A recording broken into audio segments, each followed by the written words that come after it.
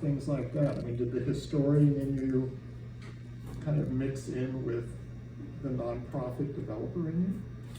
Well, I think they were very different tasks, but I think what the common thread was about housing. So as a housing developer, I went into my PhD program thinking, well, I'll do something about housing.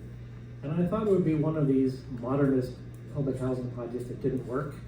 And I was kind of set to do that, but I started, right before I started the program in the PhD, at Berkeley, I took a trip up the coast to the Redwoods where I'd never been before, and I loved the Redwoods, and Eureka was Eureka. But I took a detour and wound up in Scotia, which is the company town of Pacific Lumber Company, the infamous Pacific Lumber Company. And I was just amazed because it's like going back in time. There are lovely little single family homes. All the yards and gardens are the same. Even the garden hoses are wound up the same way on the side of the building. And at 5 o'clock, the whistle blows and everyone comes out of the sawmill and goes home for dinner. I just thought, wow, I am actually back in the 19 and 20s when this was built. And I was fascinated by it, and I came to realize, well, this is actually kind of modern housing, because this was a big corporation, and we'll talk a little bit about how the lumber industry changed, but finally it was a modern corporation, and they were trying to provide good housing to their workers so they'd stay and be good workers, just in the same way that government at some point decided we should provide housing in that way. So I'd say the connection is pretty much how communities develop and how we provide housing for people. And I'm curious, how many of you have been to or through Scotia? And probably a lot more of you through Eureka. It's interesting because for someone like me who knew nothing about any of this until reading the book, it's kind of neat. You go to Eureka or you go to Scotia and you see, oh, so this is what it was like back then. But as your book shows so well, a lot happened to bring it to those places. Like Scotia wasn't, there were variations of Scotia beforehand. I was wondering if you could talk just a little bit about mill towns and just kind of the impermanence of the landscape until they started thinking we need to build long term. So the lumber industry, like all industries, goes through stages. And at first, in the 1850s, some people come from the East Coast, logging people. They go to the gold mines. They don't do very well. They look, oh, there's some trees in California. Let's try those. So they go to the redwoods. And can you imagine being someone from Maine or Nova Scotia, a white pine, and going up and seeing a redwood tree? So they're pretty excited about that. And at first, these are just really slapdash kind of sawmills and slapdash little mill towns. And the interesting thing is to see them develop over time.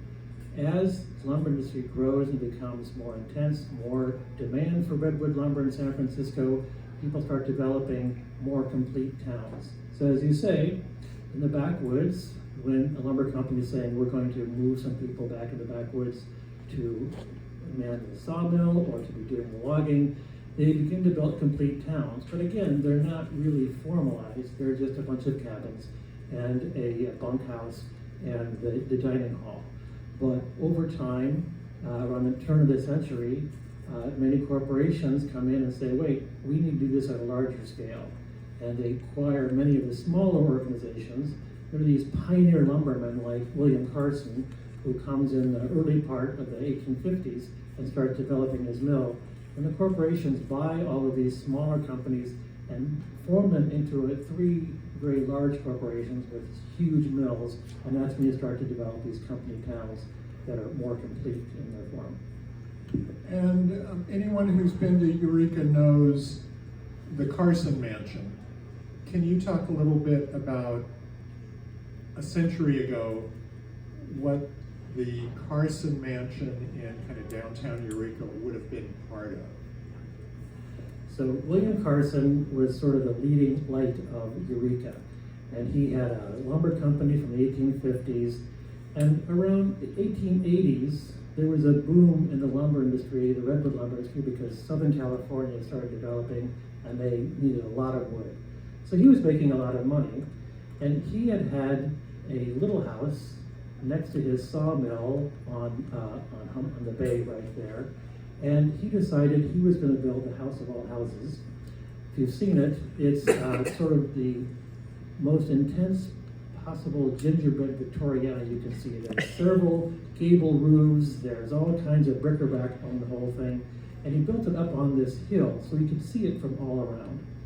And people say, oh, if you're a modernist, it's the worst of all things. If you're a member of the Victorian Society, you say this is a great thing. So essentially, people talk about the house itself, but it was right next to the sawmill. So I found a great aerial photograph. Someone got up in a balloon around 1900 and took a picture of the whole thing. And you see the house in all its splendor, but you see completely surrounded by piles of lumber around it. So it wasn't there wasn't a separation. It was definitely part of his work, his world, and part of his house as well. And then the worker housing, again, not like barracks or things, but like the little houses people could lease or buy within next to the mill as well. They were in the same neighborhood, yeah. And so part of what William Carson was doing with his architectural work was a form of paternalism. He was saying, we want the best workers also. We're not going to build you houses, but we're going to make sure you have a nice environment. We're going to make sure that there's good things in town. He built a theater in town. So he was kind of saying, remember, I pay your wages. This is a good environment. And so he was trying to do this through a more paternalistic approach. And where does the title of the book is City of Wood. Where does that come from? What does that mean?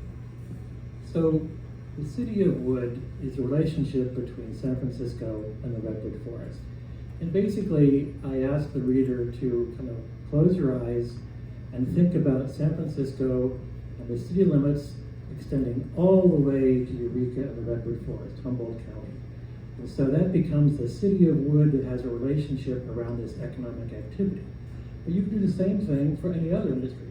You could do a city of mining that starts in San Francisco and has a relationship with the gold mines and the silver mines. You could do it with any kind of the natural resources we have. And so the book is about the connections between different places. And my approach is I'm an architectural historian, and I love Frank Lloyd Wright and Mies van der Rohe. They're great. But my interest is in more ordinary buildings. So I'm trying to look at basic houses, factory buildings, streets and sidewalks, and understand where they came from. And what I found was that we think of the redwood lumber industry as only up there. But in fact, every redwood lumber firm had a partner in San Francisco. This was a nerve center for all the activity. This is where the marketing took place. This is where information about what was needed, orders came to. This is where the financing came from. So there was always this connection, and we don't really think about that. And really the point of the book is everything is connected. When you see a building, you understand where its context is locally, but it often has a connection over space and over time. And just to go back up to Eureka a bit,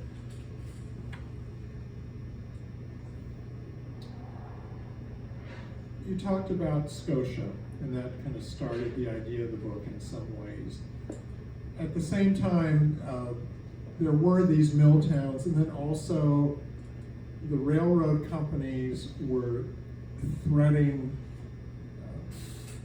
train lines into the redwoods, not to take tourists there or anything, but to get there. So, you cut down all the trees by the coast, and then they're all gone. So you need to go farther to get to trees, but then you got to get the trees back to the mill.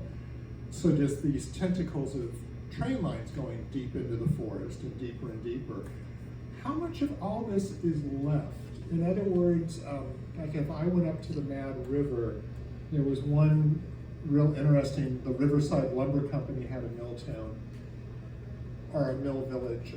Would any of that be left today, or would it just be a real clue on an occasional foundation or something?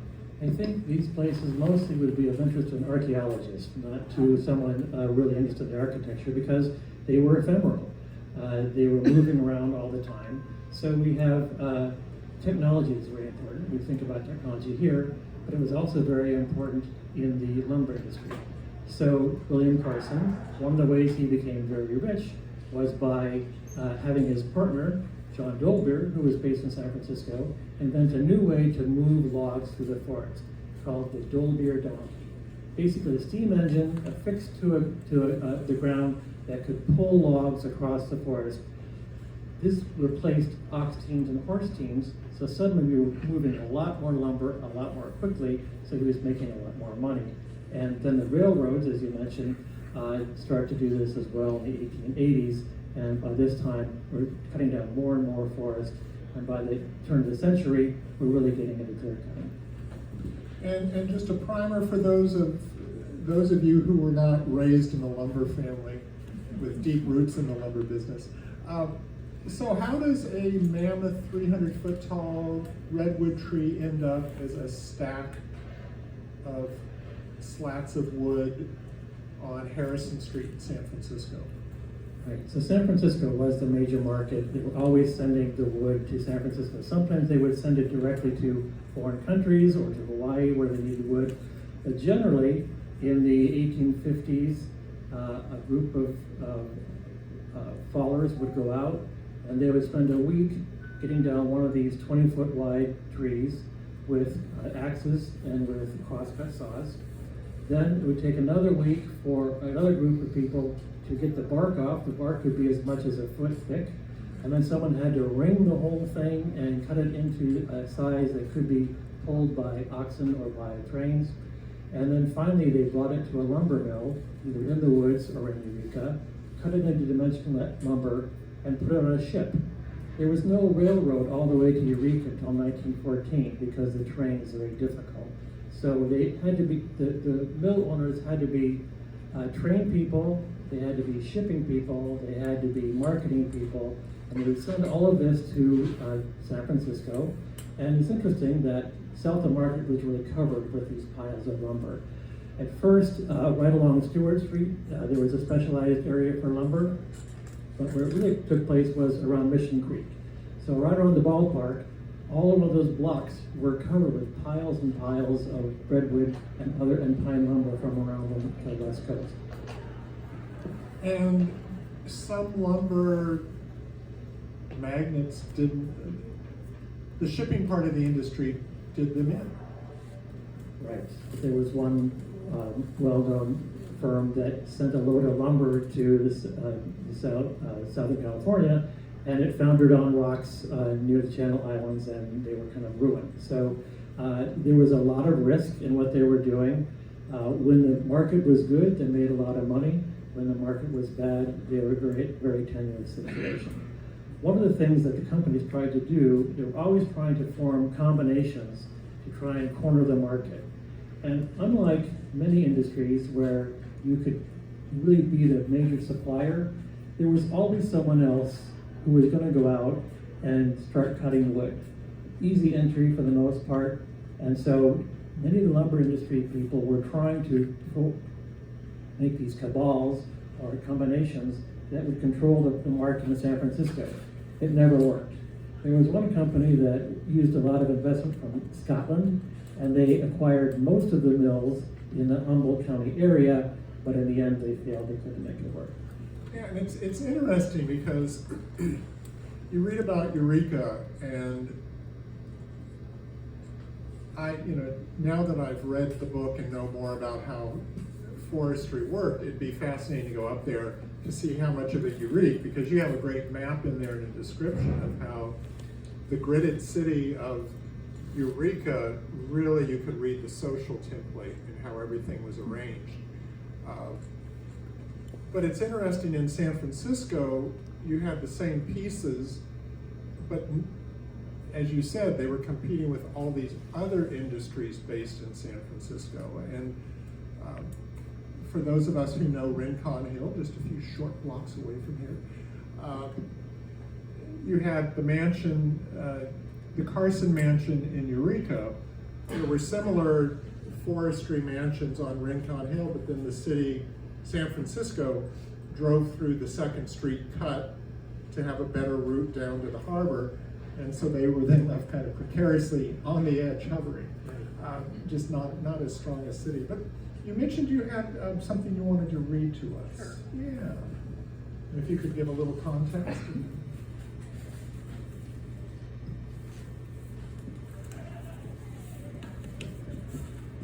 So this is from the introduction, and it gets to that question of how does the wood get from Eureka, Humboldt County to San Francisco, and it uses one of my favorite sources, which is a dime novel from 1918, in which someone who had worked in the lumber industry kind of was trying to cloak it, but he was talking about some of the major players there at the time.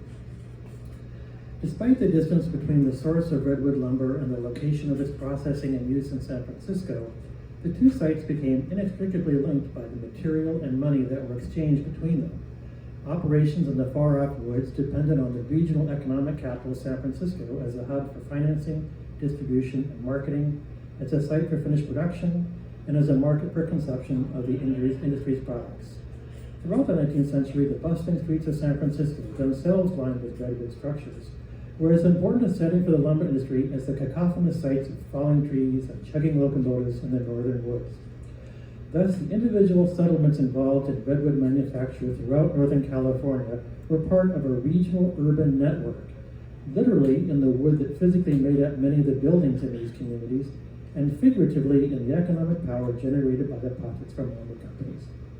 In his 1918 novel, The Valley of the Giants, Peter Kyne, a dime novelist who early in his career had worked for the redwood lumber firm of Dolbear and Carson in Eureka, described the exchange of value that took place between his fictional lumberman, John Cardigan, in the redwood forest, and capitalists in San Francisco. With his double-bitted axe and cross-cut saw, John Cardigan brought the first of the redwood giants crashing to the earth, above which it had towered for 20 centuries. And in the form of split posts, railroad ties, pickets, and shakes, the fallen giant was hauled to tide water in ox-drawn wagons and shipped to San Francisco in the little two-masted coasting schooners of the period. Here, by the abominable magic of barter and trade, the dismembered tree was transmuted into dollars and cents and returned to Humboldt County to assist John Cardigan in his task of hewing an empire out of the wilderness. It's a very... I'm going to read something else, but I didn't want to follow up with this with a question, but it's interesting you reading that book on how it depicts felling this centuries-old tree as this kind of heroic triumph of man. And there's a great quote that Jim found. An industry observer writing in the 1880s, he noted that while improved production might gratify lumbermen, quote, whose business is to pull down the forest, end of quote, nature lovers believe there should be limits on the industry's consumption of the forest. Like many others, though, Bonner landed on the side of practicality, declaring, man naturally worships nature's God, but he vows an abject submission to that more potent God, King Commerce, who is the relentless foe of all that is beautiful in nature, and to whom every stick and tree and cataract and rivulet, aye, even the sands of the seashore, are made to yield some revenue. And the crazy thing is it sounds like a favorable comment. But I want you to talk, one of the things that surprised me is I wanted you to talk about how, in fact, there were deep roots of environmentalism we can trace back to the city of Wood and to the North Coast from Eureka to Humboldt. Yeah, so for most of the 19th century, that was the attitude. There's trees, we're going to get them, we're going to make money. And it's basically a lumber frame of mind from all the way back on the East Coast. Cut out and get out. That was the way that they thought about it. So the redwoods, they thought, would go on forever. They're so big, they're spread out, they'll be here for all time. In the 1880s, the state of California begins to wonder, will we always have forests?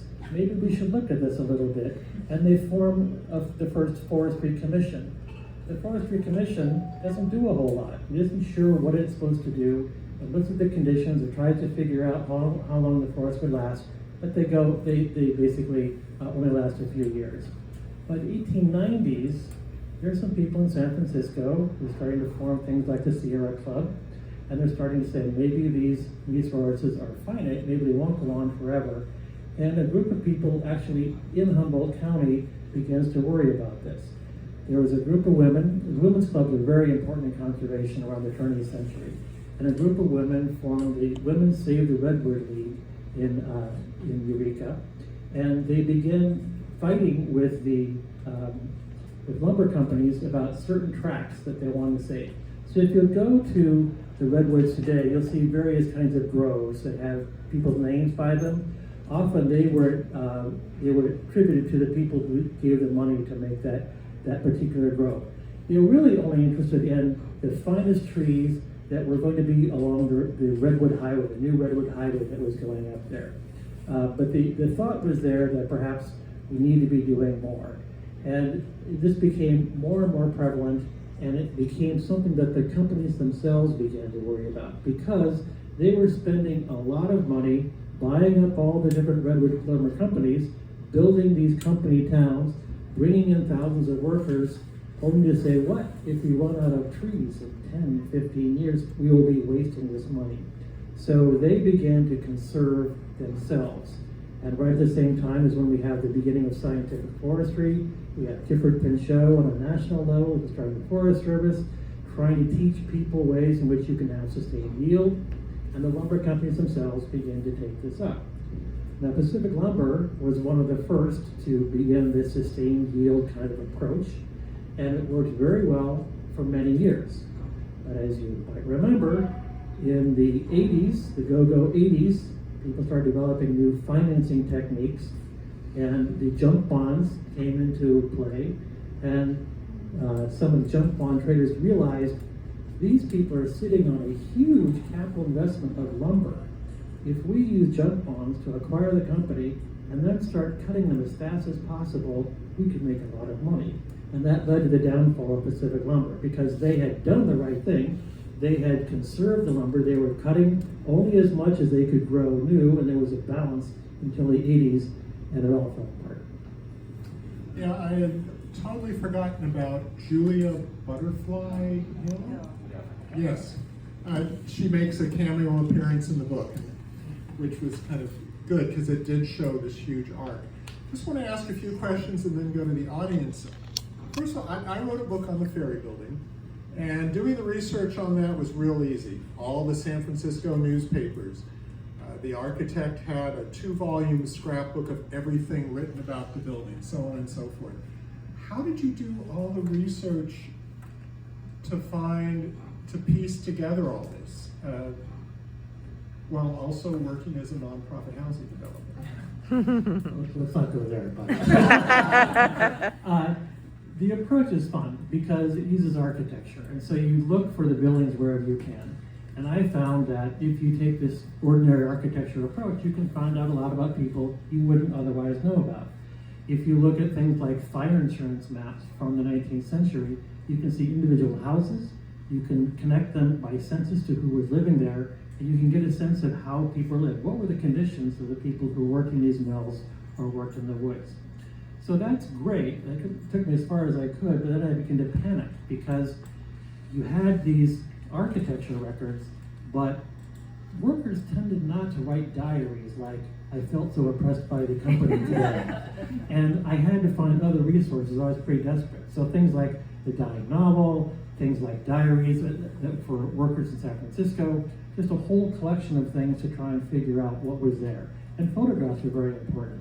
The San Francisco Public Library has a great archive of historical photographs for this city, and Humboldt State has a great collection of photographs as well. So piecing it together upon these different kinds of materials was a little tough, but fun.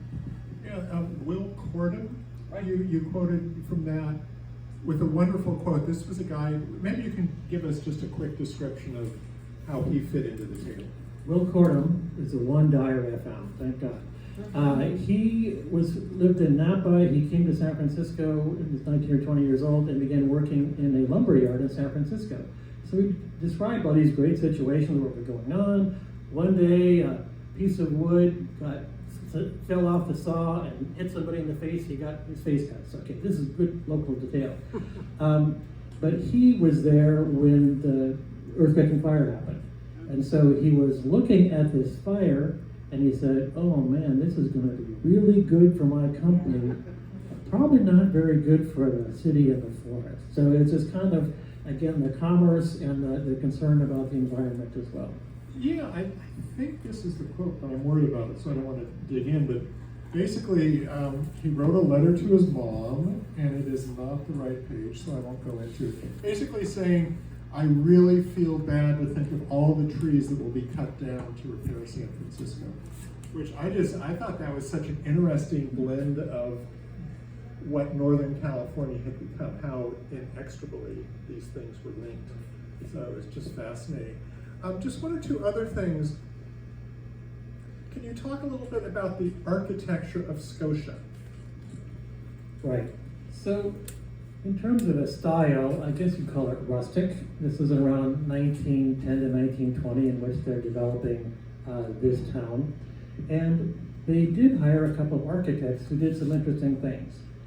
The first thing they wanted to do was build a movie theater, because that would be pleasing to the local residents. And so they built it out of redwood, but they made the front entrance out of huge redwood logs. So the thought was, you're going to go to the movie theater, you're going to have fun, but you're going to remember you're in a lumber camp, you're working for the lumber company. And if that wasn't enough, they then built a bank. They thought it would be good for the workers to have a place to save their money, and we'll have the first Bank of Scotia there. And they did the same thing. They built a Greek temple, and they used huge redwood logs to make the whole thing look like it really fit into the environment. So again, use of architecture for maybe a little nefarious purposes. And Bernard Maybeck also put redwoods to use in a very symbolic way. My favorite building in the whole book is the House of Hoo-Hoo. The Hoo-Hoo was a fraternal order of lumbermen, and at World's Fairs around the early part of the 20th century, they would have clubhouses at these fairs, and people would come from all over the country. So they hired Bernard Maybeck to design a clubhouse for them at the 1915 fair that was where the marina is now. And he did the same thing. He took these huge redwood lumber trunks and put them at the entrance, and the people will walk through them and say, oh, I'm in the redwood forest. And this building is only maybe 500 feet from the Palace of Fine Arts, which is also a classical building, but a formal classical building. So it's just kind of this joke going back and forth between here's the formal one and here's the informal one for this clubhouse for the lumber people. Yes, without the gentle, the wistful melancholy that Maybeck aimed at the Palace of Fine Arts. No, it really is fascinating. And you talked a little bit about San Francisco, how it had many other industries. Were there distinct elements that the lumber industries brought to the San Francisco of the early 1900s? Or was it just one of the city of copper, the city of gold, the city of everything else? Yes, it's in the city, it's a city of all of those things, and all those things are happening. Lumber is very important. As I said, South of Market is just filled with these lumber yards, but in the working class neighborhoods, people from all different kinds of industries would have been there, and it's a big mix.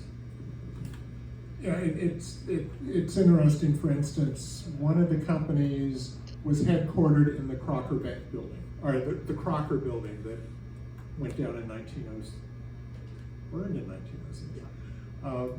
So that's an example of how it wasn't at the status of the Big Four and the robber barons, but still, as you said, that was the nerve center of everything else. Yeah, one of the points I make is that some industries, they could really corner the market, mining and some other things, railroads, and so you have the Crocker building. But you don't have any William Carson buildings in San Francisco because they could never get big enough, and so they were renting in other kinds of places. But one of the great images I found was an image for a redwood lumber company who had their office in the Hobart building downtown, and they had it on the cover of their catalog. They had a picture of the Hobart building, which is 15, 20 stories tall, and next to it they put a redwood tree, which was just about the same height. So they were connecting the two, like, yeah, we're in the city, but we're of the country. Yeah, that's a terrific image. And then I was kind of curious, you worked on this a long time. I am amazed you were able to work on this on top of everything else doing.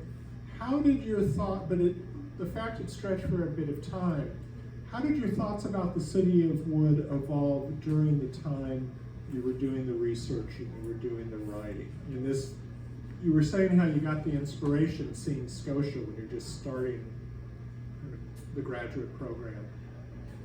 How did it evolve and just kind of shape itself in the 15, 20 years that followed? Well, of course, a lot of new ideas come up over that period of time, and a lot of it was based in the Bay Area about the tech industry and how things are connected. So, for example, one of the ways you could think about this is like a tech industry south of Market and a coder in Bangalore who have that connection across the way. And so there's a lot of interesting thinking about geographic connections and trying to incorporate those in the same way. But I'll tell you that the one thing that I was amazed at as I kept going on this, the internet's amazing. I would look all over for an article or a resource, and I would go to 6 different libraries and have to copy it. And when I went back over the last couple of years to finish off the book, there it was. That's true. They have it so easy these days. That's true. My master's thesis was on Herb Cain, and good choice for a master's thesis. But I would do my research. My wife and I lived out on the East Coast, and we'd come back to visit our parents, and I'd be cranking the little microfilm or putting the fiches in. You know, this is the 80s. And that's true. Now you would just go to one of the online resource of the Chronicle and just go through it. That's a really good point. I want to shift over to questions, but first I just want to ask, you know, are there things I didn't ask about? I mean, what are some of the points of the book that, you know, you feel came together well? I think the main thing that worked was using the ordinary architecture and trying to suss out what was going on. So as you said, you could see in Eureka, the owners did have more influence over the cityscape, whereas in San Francisco, people were more spread out. So for me, I think it was interesting to try and do architectural history in a little bit different way, and it was really helpful to understand the labor point of view. In Humboldt County, the workers tried to organize, the camps were too far spread out, the paternalism or the company towns were too strong, they could never pull off a strike in the redwood forest. Whereas in San Francisco, the building trades had a huge organization here, and they had everything lock, stock, and barrel. So when the companies tried to lock out the planing mill workers during their strike, the planing mills started their own firm, and they just got the word from their workers in the North Coast, and they were moving ahead. So you see these kinds of differences in the different places. And you write about the one block of the Mission between Mission and Valencia, like 19th to 20th or 21st. Describe the two sides of those blocks.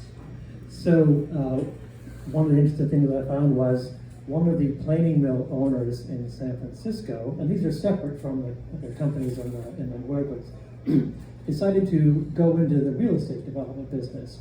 And so they had several, this is called the Real Estate Associates, and they had several blocks of housing around town. And when you look at it and you compare the housing and the census data, you saw that the middle class, the very skilled workers who were moving out there from the south of Market, were able to get fancier houses on the main streets. Whereas if you looked at the alley blocks, we had workers who were not so fancy, and so they had a real social hierarchy between the main street and the alley street, even at that point. The main streets get bay windows, and the alley streets get flat fronts.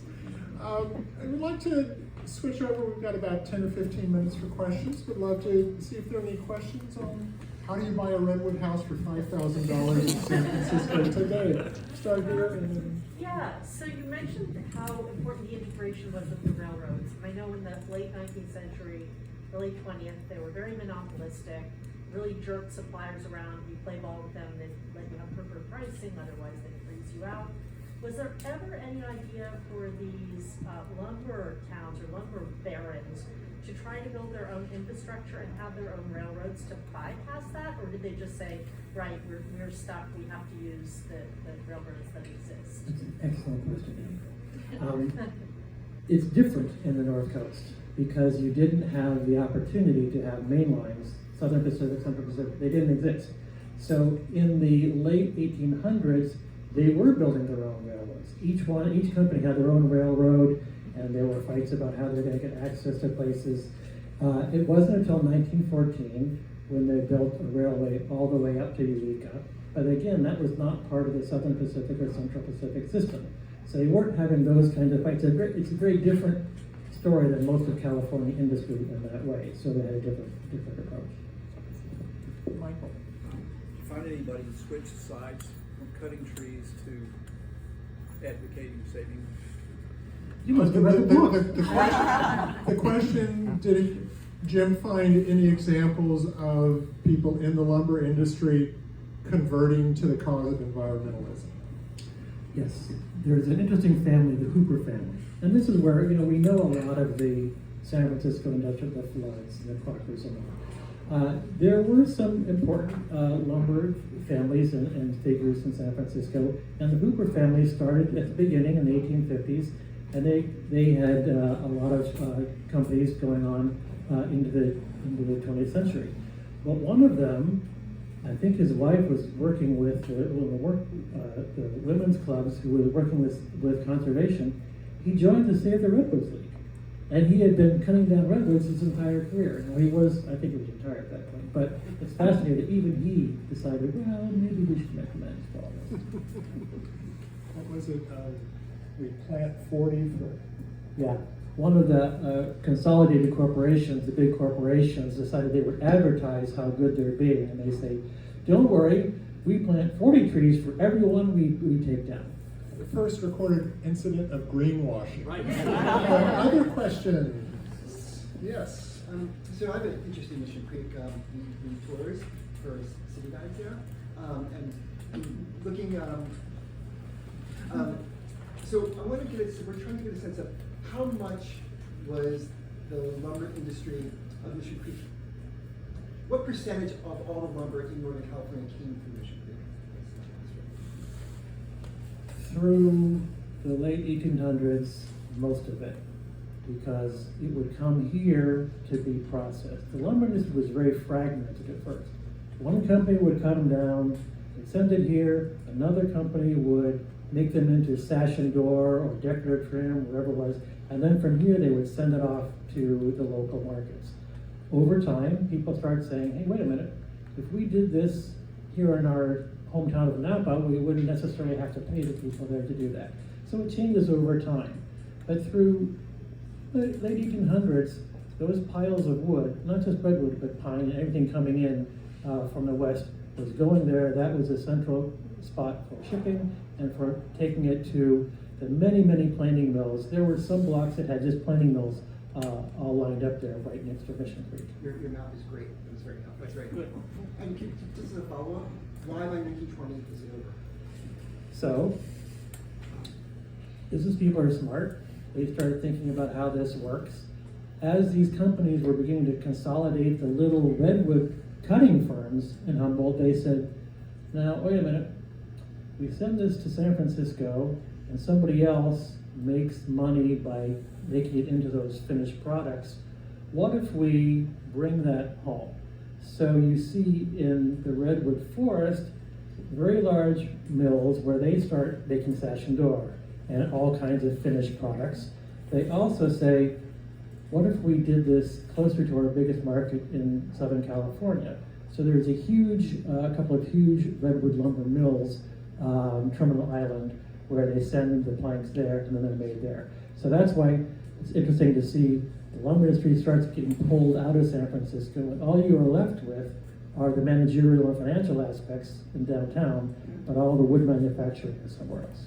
Yeah, it really kind of foreshadowed the suburbanization of industry, that all those little ice cream factories or whatever that were down here, our Ghirardelli chocolate, move out to southern Alameda County and whatnot.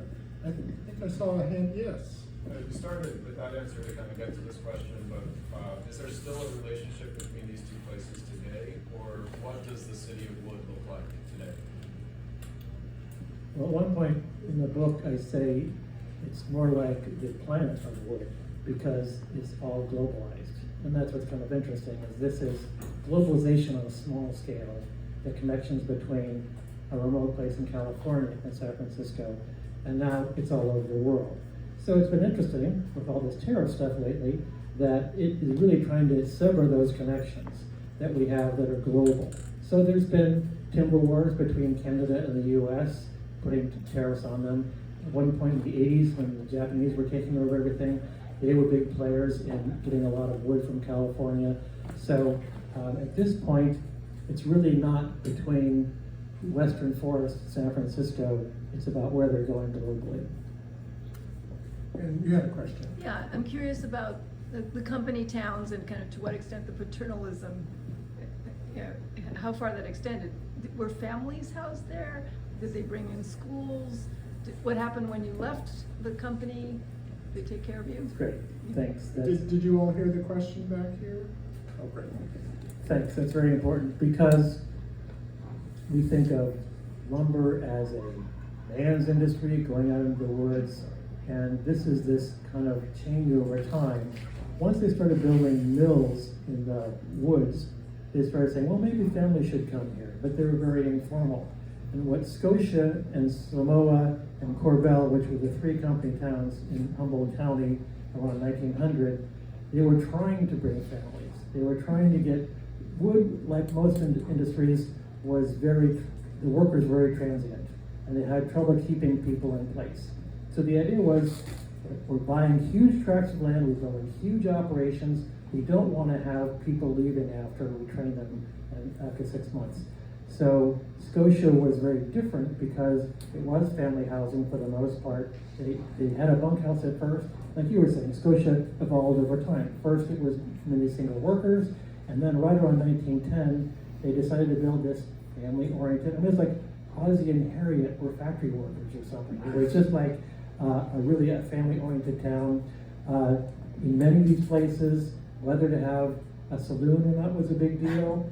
Scotia said, no drinking here, but there was a town right across the river called Wildwood that workers could go down there and meet their needs. So it's a very important point that really what was happening with these company towns was trying to change the workers to be less itinerant and to be there and to make it work that way. And what if I left the company? See ya. Okay. You'd lose your housing? Oh, yes. Okay. That was a great question. Yes, sir. Looking at sort of the advances in efficiency and milling, say in the later 1800s, as so I'm sure that it's getting easier to get product out, and there are big builders like Real Estate Associates that's doing big volume business. But what about more individual? Like, I want to build a house in San Francisco in my neighborhood. I've been hearing that you could practically buy a kit. There's a lot of shared floor plans that you could use, and you just bought a bunch of wood and threw the thing together.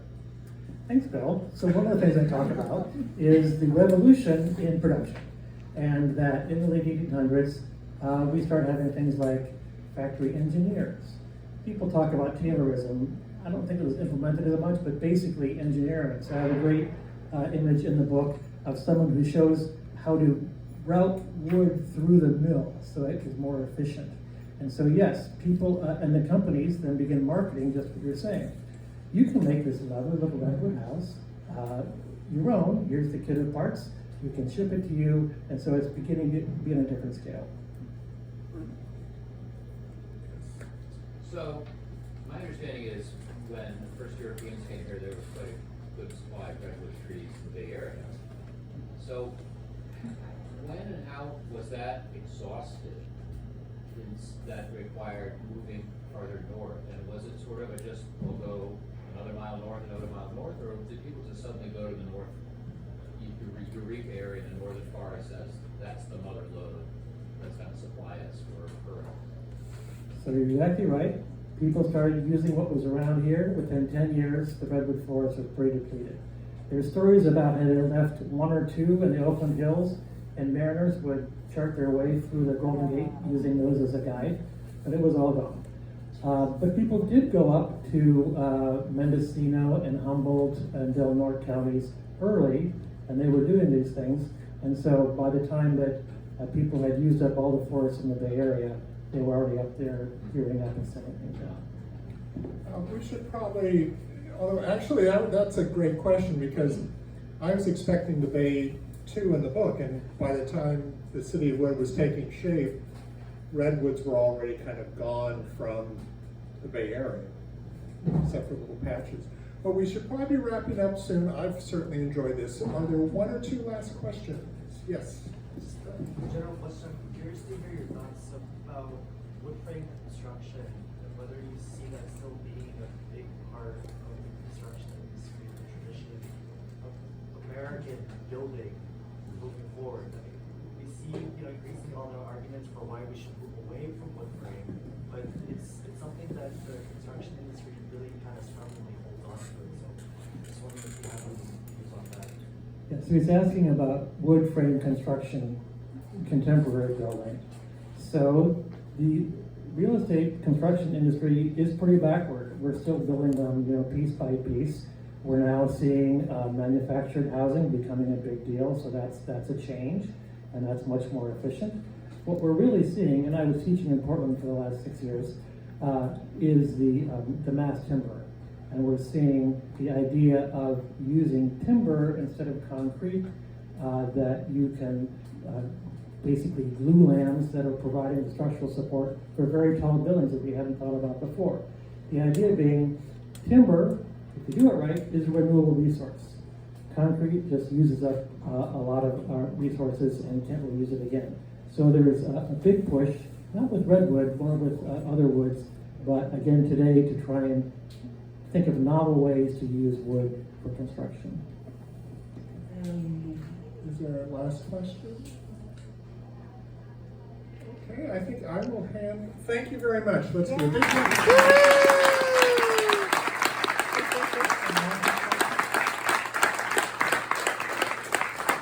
Thank you, that was fantastic. I know that I was loving hearing it from back there. All of you folks now, you have the opportunity, if you don't already have the book, to buy it from my colleague Annie back there.